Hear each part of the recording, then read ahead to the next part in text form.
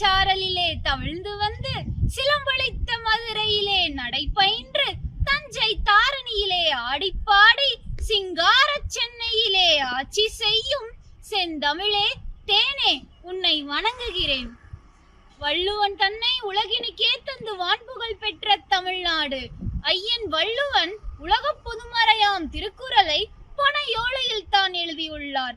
அப்படிப்பட்ட மகத்தான நன்மை கொண்ட பனை மரம் அழிந்தால் ஒரு தலைமுறையே அழியும் என்பதற்கு சமம்.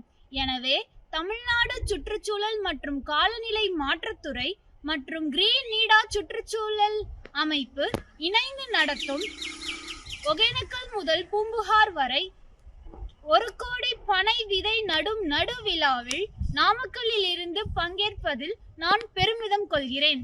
நன்றி. அனைவருக்கும் வணக்கம். நான் உங்கள் யாழி தவச்செல்வன். புயல் அடித்தால் பாக்கு மரம், தேக்கு மரம், மாமரம் போன்ற எல்லா மரங்களும் சாய்கின்றன. ஆனால் பனை மரம் மட்டும் சாய்வதில்லை. எனக்கு ஏன் பனை பிடிக்கும் தெரியுமா? என் தமிழ் சிந்தனைகள், கருத்துக்கள் தமிழ் குறுத்து விரித்து செந்தமிழை பந்தியிட்டு பரிமாறக்கூடிய இலக்கியம் முழுவதும் பதிவு செய்யப்படுவதற்கு ஏடு கொடுத்தது, மடல் கொடுத்தது பனைமரம். நம் பனைமரத்தை காப்பது என்பது நம் தமிழ் பண்பாட்டை காப்பது ஆகும்.